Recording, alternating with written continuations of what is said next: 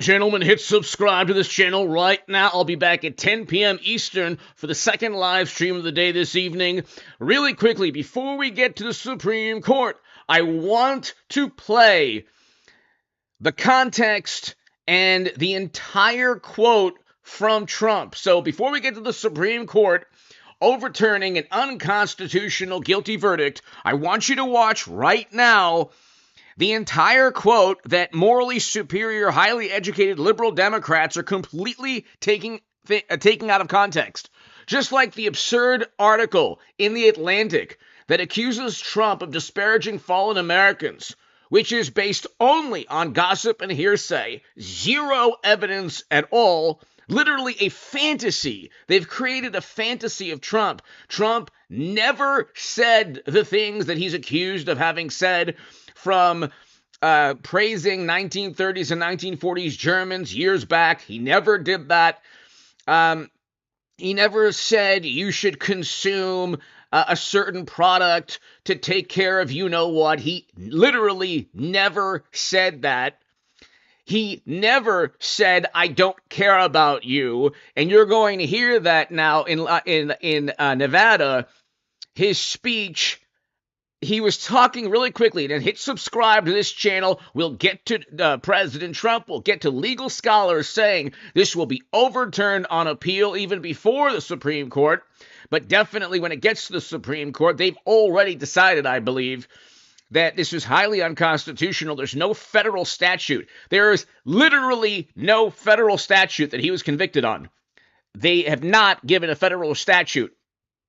But I want to go ahead and give you really quickly the context.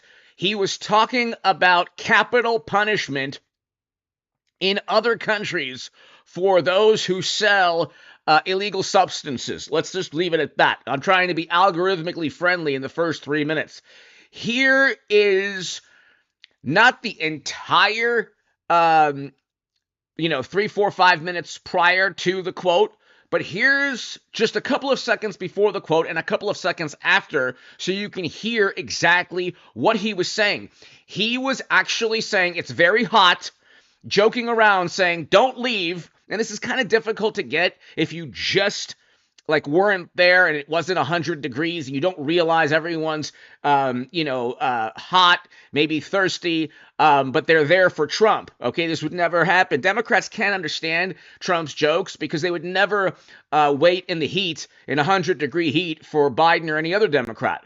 Okay, they just vote they're actually the ones in a compromise state. Not the supporters of Trump who do so because of a great economy and a great foreign policy. But anyway, it was hot. He was saying, don't go, don't leave. I don't care if you're hot. I just want your vote. And people laughed. Here's the actual quote. Hit subscribe and we'll get to the Supreme Court in a second. They call it quick trial. They have a trial and it's quick. And by the way, isn't that breeze nice? Do you feel the breeze? Because I don't want anybody going on me. We need every voter. I don't care about you. I just want your vote. I don't care. See, now the press will take that and they'll say, he said a horrible thing. They'll say, he said, you know what they did? I was just doing a little imitation of this horrible, worst president in the history of our country. So I imitated him a couple of times getting off the stage because he's unable to find a stare. Look, stare.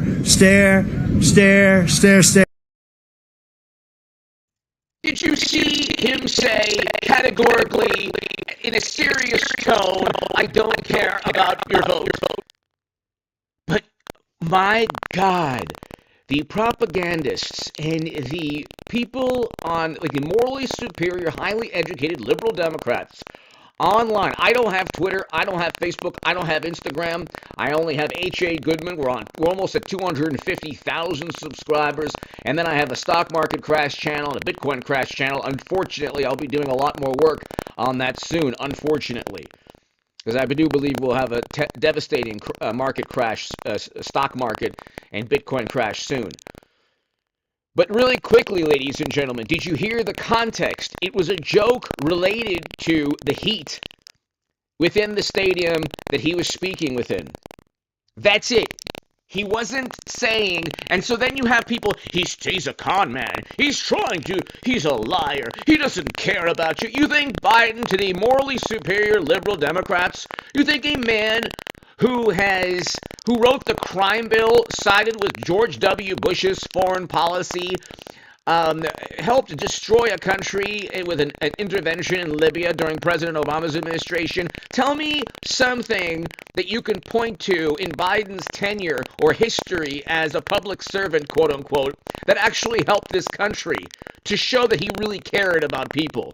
With Trump, we had First Step Act. Trump gave more funding to historically black colleges and universities than any president ever, made the funding permanent. We had the only president in recent memory to not have started a new war, unlike President Obama, unlike Biden, unlike Bush, Cheney, and Rumsfeld.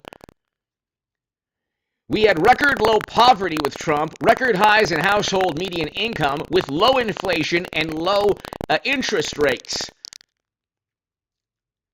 And we had a number of other amazing USMCA, no more NAFTA. He renegotiated trade deals. Democrats still kept his tax cuts and still kept his tariffs, even though they complained, as they always do, hyperventilated when each of those were passed. So you see the context. It's right here. For anyone who thinks he said that I don't care about your vote. This is the context. It was hot. And granted, it was very difficult to get that at first glance. But he literally made fun and mocked those who would then try desperately to take his words out of context. Democrats routinely make up, like the Steele dossier, for example. Everyone involved with that is completely shameless. They actually got a FEC fine from the Steele dossier. An FEC fine. So let's continue again. Hold on.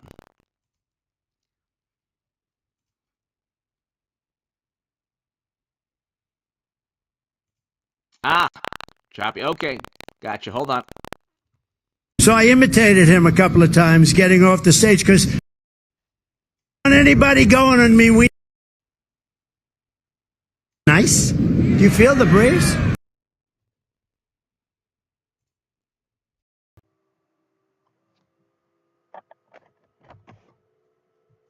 How is it now? How's the audio now?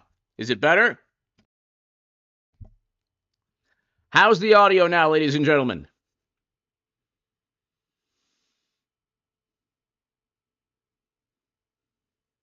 Better?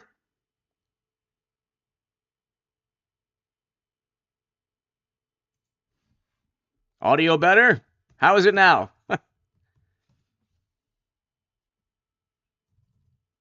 Okay. All right, let's do this again, people. My God, now I have to get all fired up. Okay. Because I don't want anybody going on me. We need every voter. I don't care about you. I just want your vote. I don't care. See, now the press will take that and they'll say, he said a horrible thing. They'll say, he said, you know what they did? I was just doing a little imitation of this. All right, so now, is it better? Okay, good. Did you hear the context, ladies and gentlemen? Did you hear the context? All right, so let's just listen to that again. And it's quick.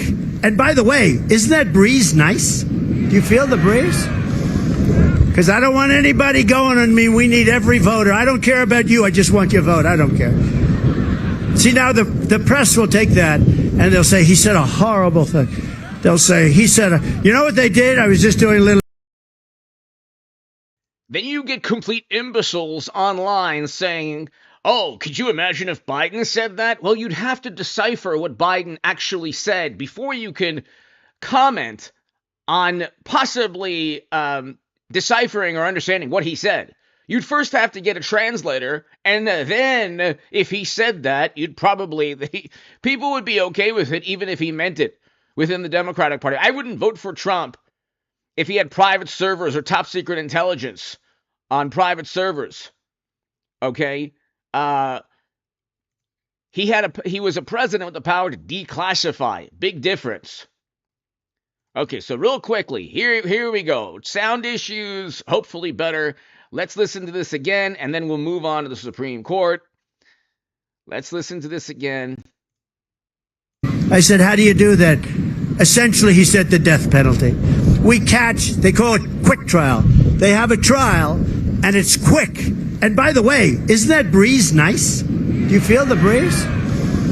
Because I don't want anybody going on me. We need every voter. I don't care about you. I just want your vote. I don't care. See, now the press will take that and they'll say, he said a horrible thing. They'll say, he said, you know what they did? I was just doing a little imitation of this. And you have highly educated, morally superior, absolute imbeciles saying that Trump admitted he didn't care about his voters. He's a con man. Oh my God. What if Biden said that? Oh my God. He admitted the truth. It's all over the news now. He was talking about the heat. Don't leave. See, Democrats are oblivious to comedy. That's why liberal Democrats have ruined comedy because everything is offensive to them. And then they take everything out of context with Trump. They demand context within Hunter's laptop, where literally they're talking about Biden getting 10% of deals, and where's the context there? It's obviously graft and bribery schemes where he's getting paid off, according to the New York Post. There's literally a question, emails literally asking for influence on behalf of a company, where Biden is called the big man or something like that. And Biden lied about Hunter's laptop. That's why 50 Intel officials lied about Hunter's laptop. That's why the Steele dossier was complete lies and gossip. Not even complete and utter lies from a foreign intel agent purchased by the Democratic Party and Hillary Clinton's campaign. And guess what?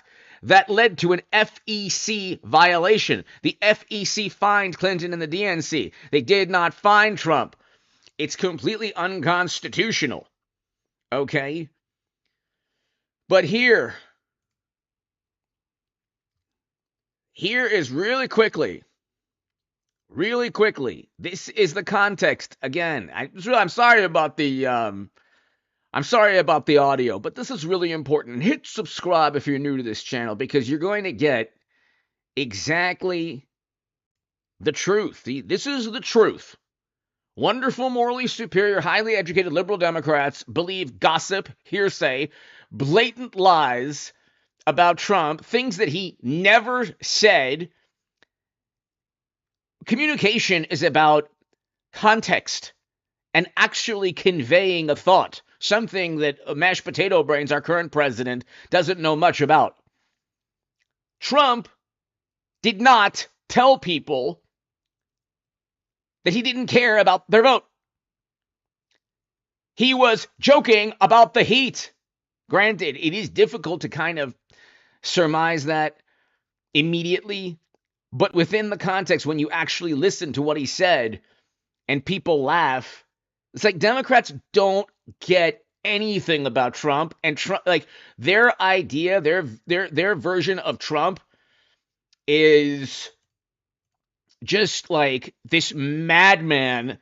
So they've convinced themselves that you have to be part of a cult to like Trump, when in reality, you'd have to be part of a cult to be a Democrat with a terrible economy, atrocious foreign policy, and a commander-in-chief with obvious, the world can see, cognitive and other issues. And then Democrats say, oh, Trump, and then they say Trump, he went in his pants. It's like, no, that's likely our current commander-in-chief, not the future and the previous one. But anyway, let's just listen to this again. Sorry about the audio. I'm sorry about the audio. My God, please forgive me. I'm sorry about the audio. Here is President Trump. We catch, they call it quick trial. They have a trial, and it's quick. And by the way, isn't that breeze nice? Do you feel the breeze? Because I don't want anybody going on me. We need every voter. I don't care about you. I just want your vote. I don't care. See, now the press will take that and they'll say, he said a horrible thing. They'll say, he said, you know what they did? I was just doing a little imitation of this horrible, worst president in the history of our country. So I imitated him a couple of times getting off the stage because he's unable to find a stare. Look, stare, stare, stare, stare, stare. All over you have stairs. When he finishes his 1.5 minute speech, you know, his speeches last for about a minute, never takes questions. When he does, he picks up a thing and he goes, let's see here. Jill of NBC. Yes, where's Jill? I'm here. You know, right in front. Because they put her there. So she'll read a question. What flavor ice cream is your favorite? And then he picks up the thing. Vanilla. Think of it, what they do. You saw me in the White House. It was like war. What they do is they give the guy the question and the answer. They never did that with me. He's reading the answers to questions. He's calling a reporter from NBC fake news, CBS fake news, CNN, ABC. They're all pretty much the same. MSNBC is probably the worst, probably the most evil. They're sick. These are sick people. But they're all sort of the same. They're all bad. And they're all very dishonest. So, no, they know what I'm saying. I love that. I love you people. Where the hell are you from? Wow. I got to find out what was the magic word that got that little. But we're not going to let this happen with our country anymore. We're taking back our country. So when we get in, it's going to go very rapidly. We're going to do a lot of things. We're going to look very strongly at J6. Those people, there has never been people treated more horrifically than J6 hostages. Look at yesterday. They're picketing in front of the White House, and they're marking up the columns with red paint that doesn't come off, by the way. You have to probably sandblast it off. They're hitting red paint all over the place. They're putting red paint all over statues of Andrew Jackson, one of our presidents, actually considered a great general and a very good president. So, really quickly, hopefully, even with the audio issues, anyone who's accusing Trump of not caring about his voters will see he never stated that.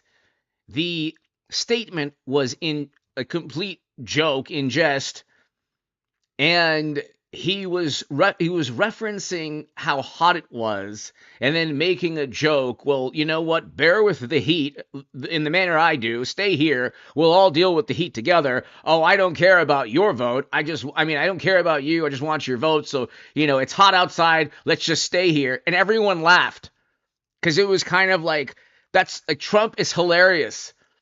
And if you're in that stadium in Nevada, it's 100 degrees. You're all in it together to listen to Trump to try to hopefully take the country back from a completely inept administration. It was amusing. People laughed. And again, Democrats believe fantasies, hoaxes, things that aren't true. The Steele dossier was not true. Trump was never a Kremlin operative. He never told anyone to ingest anything. He never praised the 1940s and 1930s Germans. He never said, I don't care about your vote. He never did any of those things. He never disparaged fallen Americans. That was a completely unethical article written.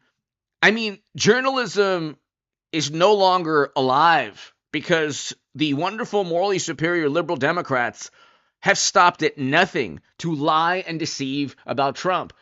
They actually view stories about the Steele dossier or alleged statements attributed to Trump by people who despise him, which is called gossip and hearsay, not journalism, or blatant lies, not journalism. They call that information about Trump. And then Biden actually goes and tries to further those things when he lies through his teeth about everything. Trump was infinitely more honest than Biden ever was, yet the Washington Post suddenly, they don't have a tally of Biden's categorical, absolute patent lies. Oh, he Biden claimed that he was a marcher during the civil rights era. Biden claimed that his uncle was consumed by people in an island. Biden claimed that then the whole thing with cornflakes, that he defended people from a very bad person named Cornflakes. We can go on forever. Anyway, Trump calls on Supreme Court to intervene in the case. The Supreme Court will. We'll get to why in a second with the great Alan Dershowitz, but there was no legal statute. We'll get to that with former FEC chairman Hans A. von Spakovsky. And tonight you'll hear from Bradley Smith, another FEC chairman. But these are all the other reasons why you're not going to hear. There's all the other reasons why this unconstitutional verdict will be overturned. Well, first of all, the prosecution did a terrible, terrible thing, extremely unethical yesterday. They misled the jury. They told the jury that they could find all the elements of the crime without believing Michael Cohen. That's just not true. The only evidence that Donald Trump knew of this at all comes from an uncorroborated conversation with Michael Cohen that could have been corroborated by Alan Weisenberg. But the prosecution didn't call Weisenberg. Then you combine that with the unconstitutional New York rule that the defense goes first and the prosecution gets the last word. Absolutely unconstitutional, because it puts the burden of proof on the defense. How does the defense go first when it doesn't even know what the crimes are that turned the misdemeanor into a felony? They had to wait until they heard it from the prosecution's closing argument, and then they had no chance to rebut. So what we saw yesterday was unethical behavior by the prosecution, unconstitutional behavior by the judge, and the lack of corroboration for the crucial conversation that might criminalize what was otherwise innocent behavior. Professor, I'm curious to know how time plays a factor when it comes to the jury. They had to listen to closing arguments, obviously from the defense, and then the prosecution took around 11 hours. They were into the evening hours of the night. There were reports of some yawning, some to be very sleepy, some bored at some moments. Does that play well? Remember, the prosecution took the longest time. Does that play well for their case specifically? How does time affect that with the jurors' decisions? No, I think the prosecution did take too long. If the case is so obvious and so simple, they should have been able to summarize in an hour or two.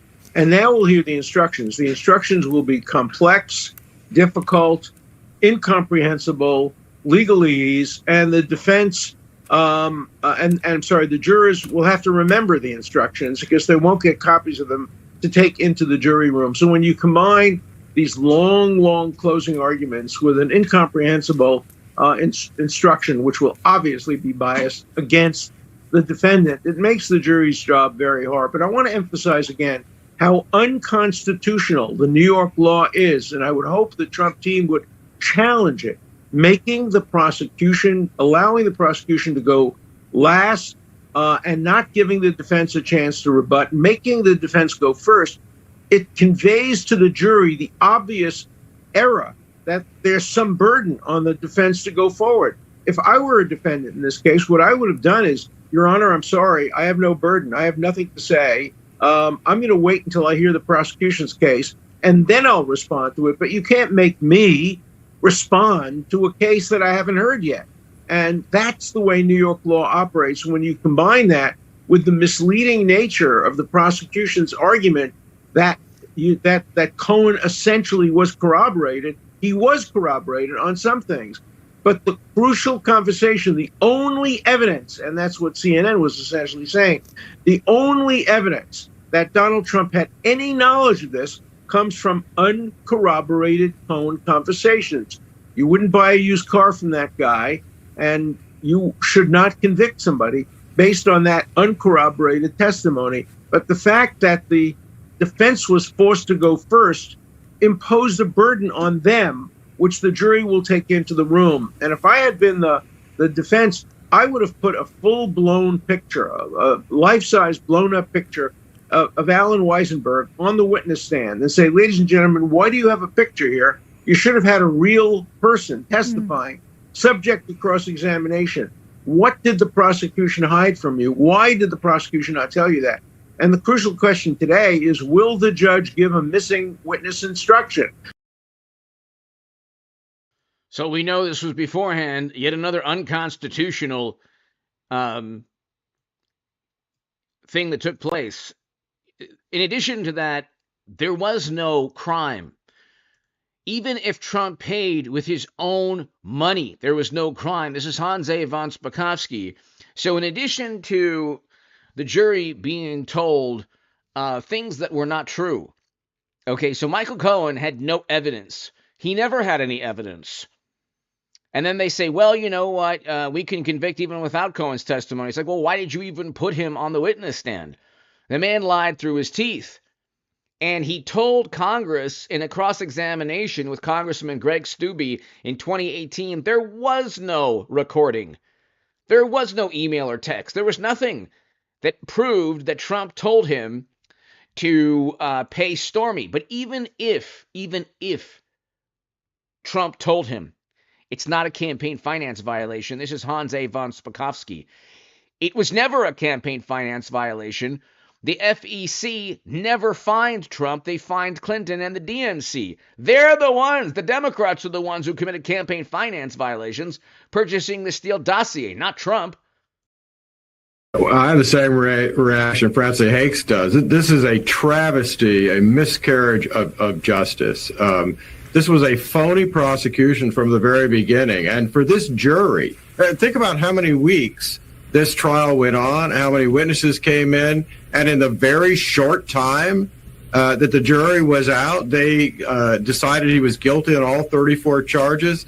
This is a damage to the reputation of the American justice system like we have never seen. I have a colleague just got back from a conference overseas, and the reaction of lawyers and people there was that the United States has now gotten to be like the countries they are from, where the government uses its law enforcement powers to go after its political opponents. And that, I think, is exactly what happened here. Hans, what was the underlying federal campaign violation? Did we ever find that out? That's really what makes it all unconstitutional. There was no underlying federal violation, and there was no statute they leveled against Trump. The federal government didn't think that Trump committed a crime. The state of New York has no right to accuse Trump of a federal crime when the federal government didn't even, acknowledge that Trump committed a crime at all. Well, there was nothing in the original indictment about any kind of federal campaign violation. They kept saying that the legal expenses, which is what were listed in the business records, should have been a campaign-related expense, the payment that was made to Stormy Daniels. But as Brad Smith, I know, would have testified, under the test applied by the FEC, this was not a campaign-related expense, period. There's just no question about that.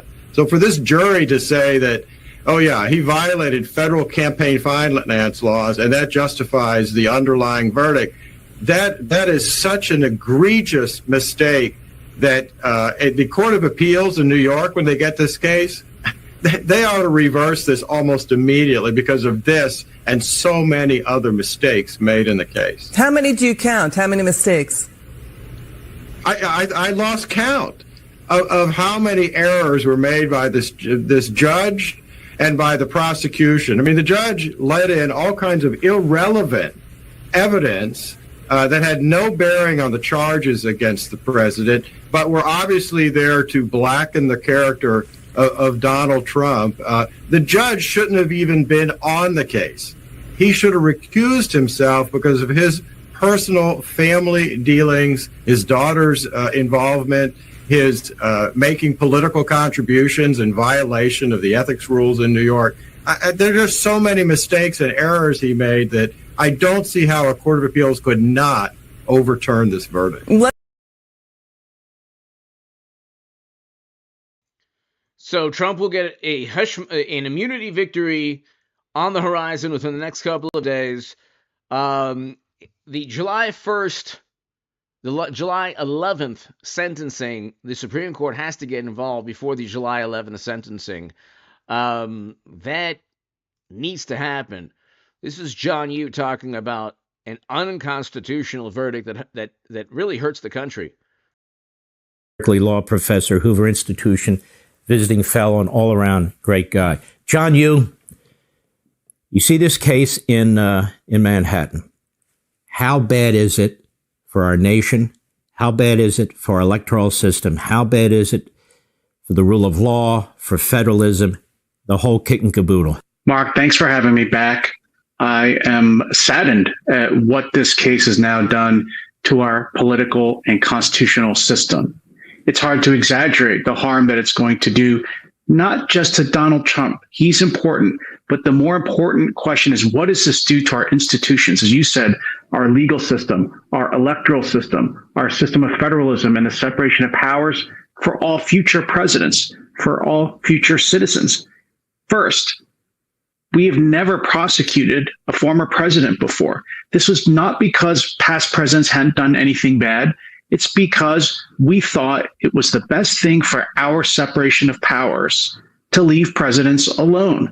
And the reason why is because the Constitution concentrates so much responsibility and authority in the president to take care that the laws are faithfully executed, to protect the country from foreign threats, that we don't want our presidents, when they're making the hardest decisions on behalf of the country, to be worrying about whether they're going to be prosecuted or not. We don't want our presidents to be insurance claims adjusters worrying about risks and balances of their own personal finances and their own personal legal situation. We want them to decide what's best for the country.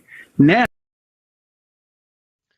and that's why the immunity case, the presidential immunity case, will give Trump a huge, huge victory. Can you imagine? Democrats are going to experience a constitutional rebuke on two fronts. One, the special counsel. Trump will get partial, or even more than that, immunity, but definitely partial immunity. They'll have to rewrite the entire indictment against him, which will take beyond November 5th. And Trump dissolves the special counsel, does away with an absurd special counsel that was purely partisan. And then the conviction will be overturned, either by appeal, the state appeals court, or by the Supreme Court before November 5th, almost certainly. Don't know when before November 5th, and so that's two constitutional rebukes, in addition to the unanimous reversal and overturning of the unconstitutional Colorado ban. And then Democrats pontificate about democracy. now, because this case was so frivolous, because it was based on such concocted legal theories, it opens the door wide now for any DA, and there are 2,500 of them in the country, any DA to sue and prosecute any president, any past president, perhaps any sitting president under the theories that were put forward earlier. I think an even worse problem is for the rule of law.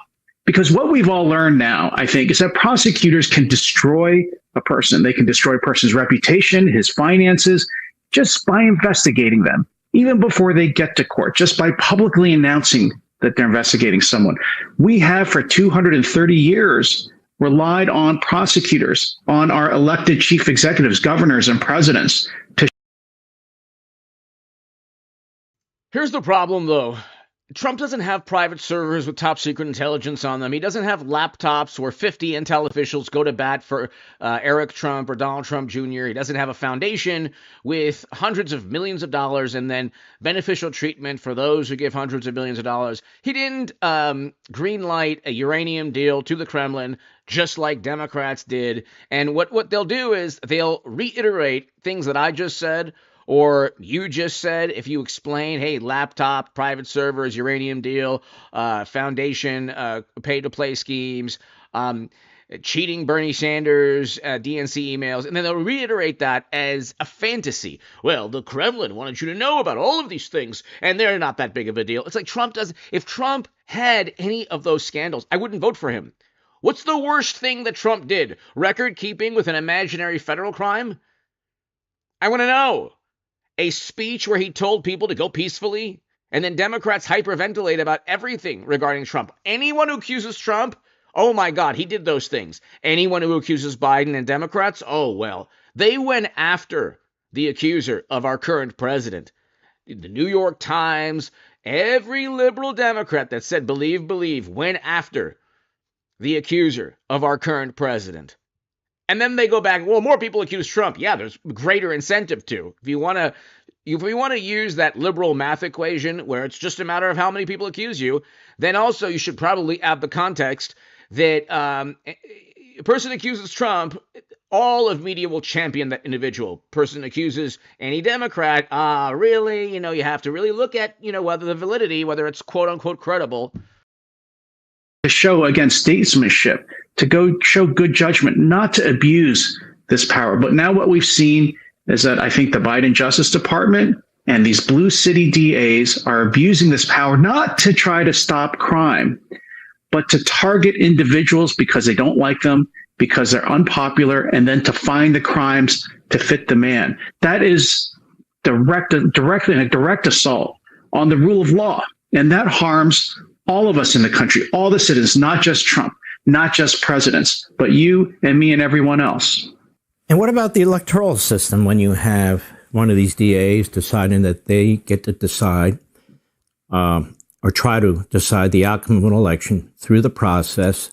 They can make a ambiguous reference to federal law, seize jurisdiction from what is a complex layer of federal authorities and decision makers when it comes to federal election campaign law, let alone seize the authority from federal courts and the Supreme Court to make these decisions, regardless of what the New York courts say up and down the chain. I mean, whatever the New York courts say up and down the chain, that is not the final decision. If the federal Supreme Court decides to step in, that's the final decision for you, New York. So if I'm in California and I see that it worked in New York, because we have this lumbering appellate process, but I can interfere with an election. By the time the appellate process catches up with me, so be it. They're going to time it the same way. So this can really become a cancer on the political campaign system of the highest federal official in the United States. And the election there too, no? Mark, I appreciate what you said in your opening statement, because the Supreme Court has made clear, not just in one offside comment, in 3 very clear decisions, that only the federal government can enforce federal law. Only the Justice Department and the Federal Election Commission.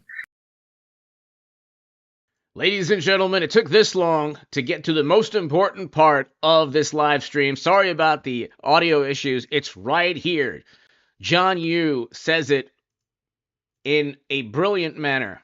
Official in the United States, and the election there too, no? Mark, I appreciate what you said in your opening statement, because the Supreme Court has made clear, not just in one offside comment, in 3 very clear decisions, that only the federal government can enforce federal law.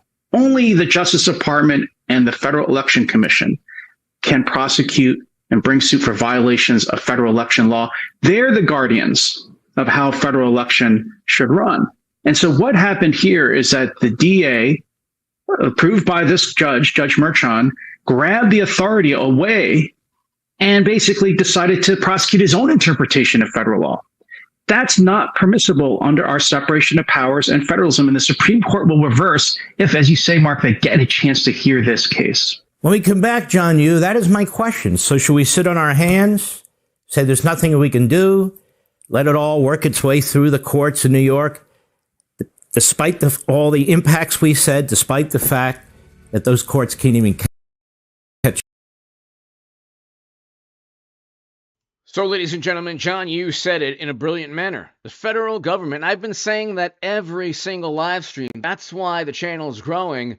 That's why the live streams are doing great, because I'm not making anything up. The Supreme Court is going to overturn in reverse this unconstitutional guilty verdict. It's blatantly unconstitutional. Here's Jonathan Turley talking about the Supreme Court and how it's unconstitutional as well. But John Yoo was absolutely brilliant. Supreme Court will allow them to go directly to the highest court for review. The reason is that the Supreme Court previously turned down. Now, that means it goes through the New York criminal system, and many of us don't have a lot of faith after this trial in that system. I think that initially, at least, he may have some tough going. But I have to tell you, I think that these errors are rather glaring and obvious. I can't imagine this verdict being sustained on review. It just may take a while. It may occur later. In fact, it may not occur until they get to the Supreme Court. But I think the Trump campaign has to assume that it will not get a final review before the election. Yeah. All right. So. Well, I'm hoping that's not the case. So, and then, like I said, it is possible that it won't get to the Supreme Court before November 5th, but I don't see how the Supreme Court, I don't see how Trump's legal team won't be able to get it to the Supreme Court. Here we have Alina Habba talking about how to open your car door.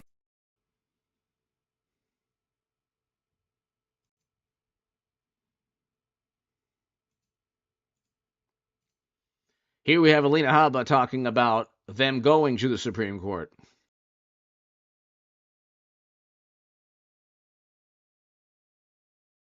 I mean, Harvey Weinstein's conviction was overturned by the New York Appeals Court, but that wasn't until 4 years later. Do you guys plan to go to as high as the Supreme Court? If we have to, we will. We have no problem with that. As you know, we've taken those matters that we think are incredibly important to validating and preserving the Constitution that our country was made on. There were incredible constitutional violations in this whole proceeding, including the current gag order that's on me, the president, and anybody that works for him. It's crazy. So, look, if we care about America, we have to fight for it. And his legal team is prepared to do so in whatever way we need to do. You know, show what Ellie Honan. This is the great Alan Dershowitz again, talking about all the constitutional issues. So, like I keep saying, ladies and gentlemen, and John Yoo said it brilliantly, a couple of minutes ago, it's going to be overturned on appeal. It's just a matter of when. It could be, I don't think it will, but it could be after November 5th. I think that he'll win regardless, whether or not, see, even if they put him in a jail cell, Trump will still win. Because everybody knows that Democrats tried to accuse Trump of what they're guilty of. They actually do commit crimes with private servers and laptops and foundations and obvious pay-to-play and graft and bribery schemes. Obvious. You'd have to be an imbecile not to see like what's going on. There's a reason people give money to Democrats. It's not because of their expertise or intelligence. But anyway, you look at Trump, they got him on a record-keeping violation with an imaginary federal statute. Nobody views him to be a criminal.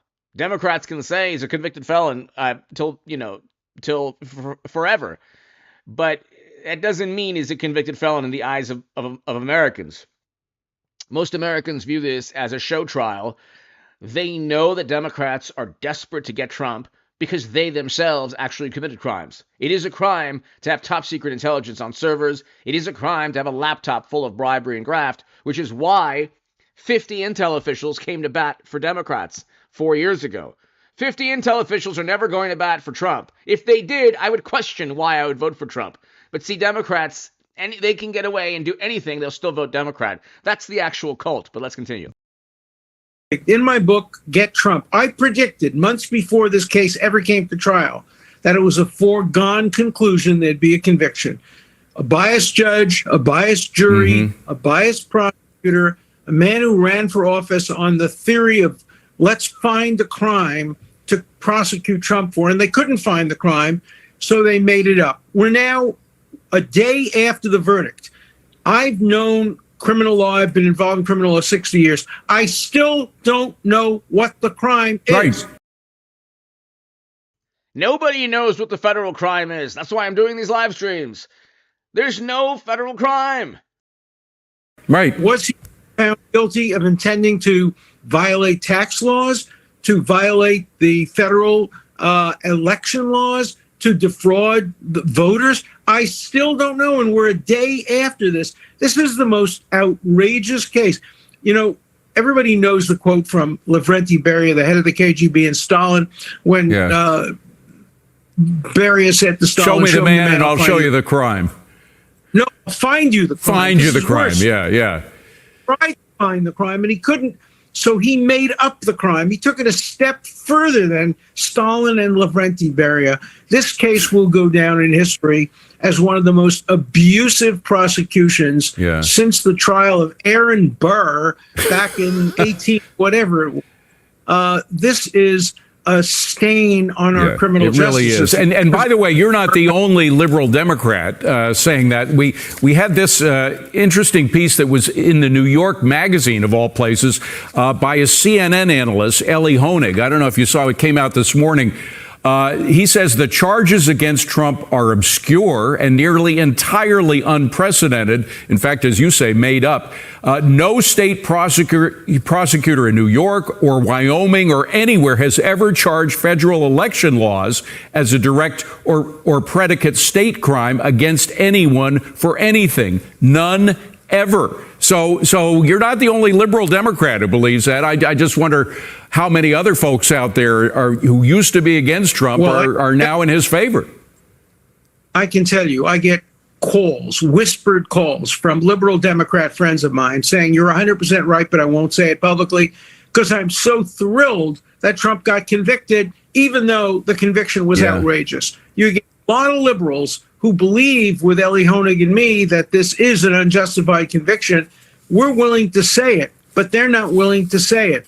And there's dancing on the streets. And there are people who are just, I get these emails. They're so thrilled that we violated the Constitution in order to get Trump. I have people telling me. So Democrats are happy they violated the Constitution just to get Trump. This is a wonderful Newsmax interview on how they violated the Constitution with J.D. Vance. And Ohio Senator J.D. Vance joining us now, and sir, it's good to have you back on. There's everybody right now is all I'm hearing from the mainstream media is that it was a jury of his peers, and you had 12 people that all agreed and 34 counts of guilty. It's not about what the jury decided in this case. It's about the fact that they took a ridiculous bookkeeping infraction that's typically a parking ticket, and they turned it into 34 felonies, and then they had a judge sit on the scale and turn this into something that the jury really had no choice but to, in my opinion, I don't think the jury could have acquitted this because the way that they pushed it on them, there was no chance. Yeah, Rob, I mean, look, I certainly wish the jury had been courageous and it stood up to this ridiculous thing. But the problem here is in the political prosecution itself. The judge committed a number of reversible errors here. First of all, he could have changed venue so that you don't have a bunch of people who are predisposed to hate Donald Trump making up the jury pool. Yep. The jury instructions that he gave, Rob, were explicitly buying into the prosecution's theory of the case. The jury's supposed to decide this stuff, not have the judge decide it for them and then pass them off basically a box checking routine to convict the former president. So the problem here primarily, Rob, you're right, it's not the jury. The problem is a politically biased judge who donated to Joe Biden's presidential campaign, who clearly is an unhinged partisan, and by the way, whose daughter has made millions of dollars fundraising off this very trial of Donald Trump. That is the problem here. And I think any effort to try to sort of, cover yourself with the jury here ignores the way in which this was very motivated politically from the very beginning. And we're so, including administration officials, this moment with Wolf Blitzer.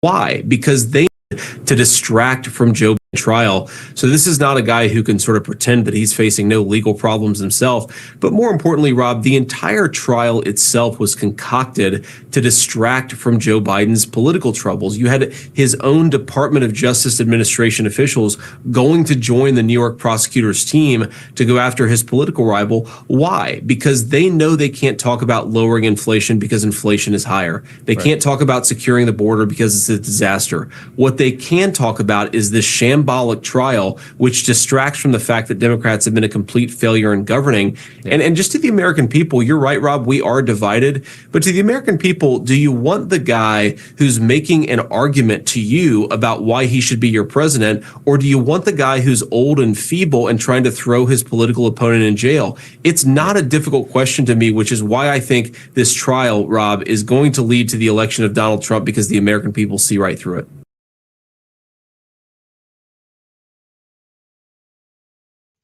So, ladies and gentlemen, I'll be back at 10 p.m. Eastern.